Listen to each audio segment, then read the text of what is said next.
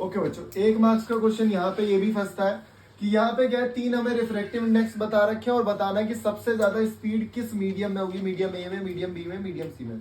तो आप कैसे पहचानोगे? ये आपके पास फॉर्मूला है रिफ्रैक्टिव इंडेक्स का, speed of light in vacuum. Vacuum की स्पेलिंग ये होती है बच्चों, गलती से गलत मत लिख देना, डबल आता है, मैं इस पर बहुत शर्त लगाता था, पैसे भी जीतता था। और दूसरा क्या है, speed of light in medium. तो speed of light in vacuum तो सेम है, 3 × 10⁸, जो कि फिक्स है। अब speed of light is inversely proportional speed of light in medium. इसका मतलब ये है कि अगर रिफ्रैक्टिव इंडेक्स बढ़ाऊंगा तो स्पीड बहुत ज्यादा कम हो जाएगी। तो इसका मतलब रिफ्रैक्टिव इंडेक्स अगर ज्यादा है तो स्पीड कम है। इसका रिफ्रैक्टिव इंडेक्स सबसे ज्यादा है तो स्पीड इसकी सबसे कम होगी। रिफ्रैक्टिव इंडेक्स सबसे कम है, इसका मतलब स्पीड सबसे ज्यादा होगी। तो हमें कॉमन सेंस ये लगाना है, देख लो ध्यान से।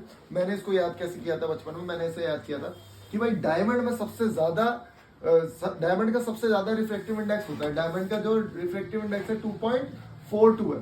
तो और इसमें सबसे स्लो हो जाती है लाइट। जब लाइट जैसे ही इस मीडियम के अंदर ट्रेवल करती है तो लाइट की जो स्पीड है वो सबसे कम हो जाती है, ताकि वो दिखे और ज्यादा से ज्यादा रिफ्रैक्ट हो, इस तरीके से, समझ रहे हो। और उसमें सबसे ज्यादा बेंडिंग भी होती है।